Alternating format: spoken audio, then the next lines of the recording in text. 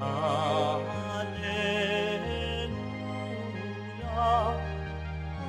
Alleluia, Alleluia, Alleluia.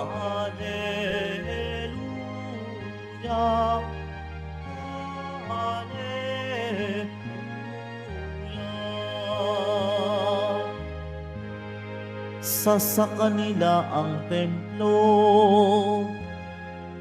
magiging Diyos nila ako, sila'y magiging bayan ko.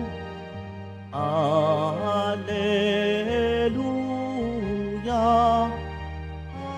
Alleluia, Alleluia, Alleluia.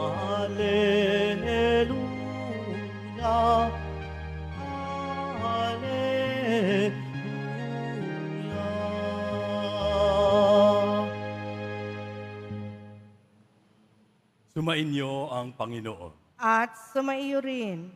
Ang mabuting balita ng Panginoon ayon kay San Juan. Papuri sa iyo, Panginoon. Malapit na ang Pasko ng mga Hudyo, kaya't pumunta si Jesus sa Jerusalem. Nakita niya sa templo ang mga nagbibili ng mga baka, tupa at mga kalapati, at ang namamalit ng salapi. Gumawa siya ng isang panghagupit na lubid at ipinagtabuyang palabas ang mga ngalakal at yung mga baka at tupa. Isinabog niya ang salapi ng mga namamalit at ipinagtataob ang kanilang mga hapag. Sinabi niya sa mga nagbibili ng kalapati, "Alisin ninyo rito ang mga iyan. Huwag ninyong gawing palengke ang bahay ng aking ama." Naalala ng kanyang mga alagad ang sinasabi sa kasulatan, "Ang aking malasakit sa iyong bahay ay parang apoy na nag-aalab sa puso ko." Dahil dito'y tinanong siya ng mga pinuno ng Hudyo, "Anong tanda ang maipapakita mo upang patunayang may karapatan kang gawing ito?" Tumugon si Jesus, "Gibain ninyo ang templong ito at muli kong itatayo sa loob ng 3 araw." Sinabi ng mga Hudyo, 46 na taong ginawa ang templong ito. Itatayo mo sa loob lamang ng 3 araw? Ngunit ang templong tinutukoy ni Jesus ay ang kanyang katawan. Kaya't nang siya'y muling mabuhay, naalala ng kanyang mga alagad ang sinabi niyang ito. At naniwala sila sa kasulatan at sa mga sinabi ni Jesus. Ang mabuting balita ng Panginoon. Pinupuri ka namin, Panginoong Jesucristo. Magsiupo muna tayong lahat.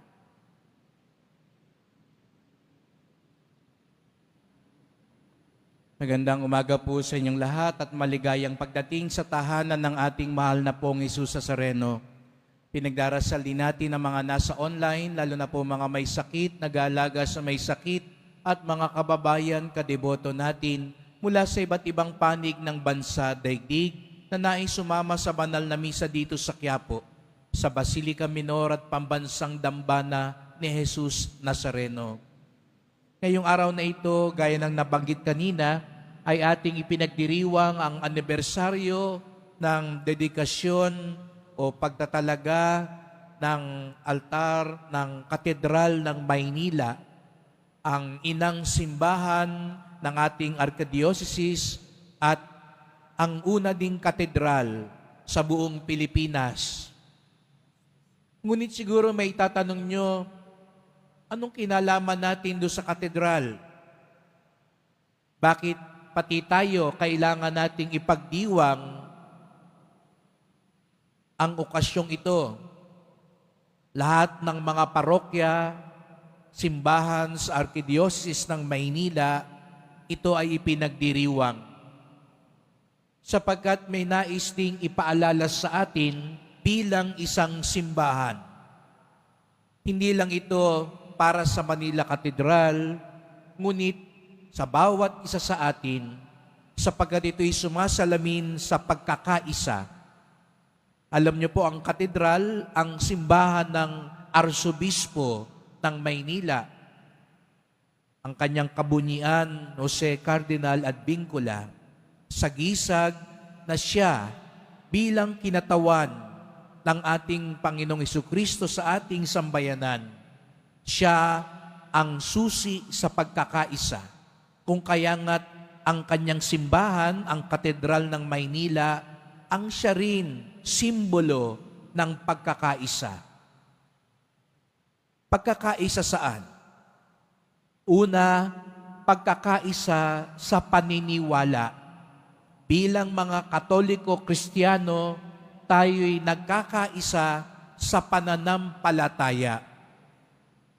Halimbawa, pinagdiwang natin kamakailan ang paglilihing walang sala ng mahal na Birheng Maria.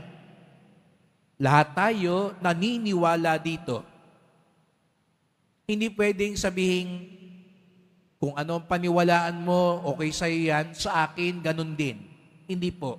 May mga bagay-bagay na pare-pareho tayong dapat paniwalaan. Dapat nagkakaisa tayo. Sa misa, kaya na lang gano'n na lang ang paulit-ulit na paalala. Pag tumatanggap tayo ng komunyon, ayusin natin. Maging magalang, maging malinis ang kamay, sapagkat pinaniniwalaan natin ang tinatanggap natin katawan ni Jesus Nazareno. Nakakalungkot minsan na mas ginagalang pa natin yung imahe kaysa sa banal na ostya.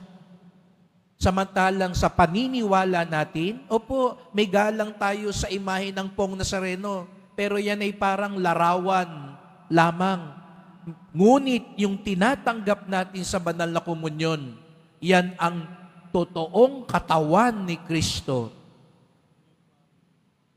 Kaya nga't pinapaalala natin, mahalaga ang banal na misa. Kahit 1,000,000 prosesyon ng gawin. Pero kung walang pagsisimba, walang pagpapahalaga sa Eucharistia, hindi yan ang diwa ng pagkakaisa. Sapagkat nagkakaisa tayo sa paniniwala. Hindi pwedeng mas mahalaga yung paniwala ko kaysa sa paniniwala nating lahat bilang simbahan.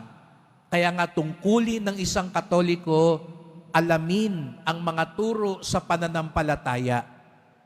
Hindi mo pwedeng sabihin, Katoliko ako, pero pabor ako sa diborsyo, pabor ako sa abortion, pabor ako sa pagpatay ng tao. Hindi po yun ang diwa ng pagiging Katoliko, sapagkat tayo'y pangkalahatang nagkakaisa sa paniniwala. Nagkakaisa din tayo sa pamumuhay, sa pag-ibig. Yan ang ibig sabihin na tayo'y isang simbahan. Kaya nga, kung papaano nagkakaisa tayo sa paniniwala, sa pamumuhay din. Hindi pwedeng iba ang nasa simbahan, tayo'y banal na banal, madasalin, halos hindi makabasag pinggan, pero pagdating sa labas, ibang-iba ang ating ugali. Nagkakaisa sa pamumuhay. Hindi pwedeng papanik tayo, hahaplos tayo sa imahe ng Pong Nazareno, tapos paglabas, bibili tayo ng panglaglag. Bibili tayo ng droga. Magtitinda tayo ng droga. Mananakit tayo sa ating kapwa. Nagkakaisa tayo sa pamumuhay. Hindi pwedeng galing ka sa bahay mo, nagpunta ka sa simbahan, nagsimba, tapos ang pupuntahan mong susunod, bahay naman ng kulasisi mo. ng hindi mo asawa. Sapagkat tayo'y bilang mga alagad ni Jesus Nazareno, sinasabi natin, sinisikap natin, opo, wala naman sa ating perpekto. Lahat tayo may kasalanan. Kahit si Father may kapintasan at kahinaan, pero nagsusumikap tayong magkaisa sa pamumuhay. At anong pamumuhay ito? Pagsunod kay Jesus Nazareno. Namumuhay katulad ni Jesus Nazareno. Kaya ginagalang din natin ang simbahan dahil nagkakaisa tayo, pangatlo, sa pagsamba sa Kanya. Nagkakaisa tayo sa paniniwala, nagkakaisa tayo sa pamumuhay, nagkakaisa din tayo sa pagsamba sa Kanya. Kaya nga tayo may misa, kaya ang daming misa sa Quiapo. Hindi tayo kanya-kanya ng dasal. Hindi yung kung ano lang sabihin ko, okay na yun. Kaya nga mamaya sa panalangin ng bayan, pinagdarasal natin yung ibang tao kahit hindi natin kakilala. Kahit nasa ibang lugar dahil nagkakaisa tayo sa pananalangin. Iyon ang ibig sabihin ng pagiging isang simbahan. Nagkakaisa tayo sa pagmamalasakit sa simbahan.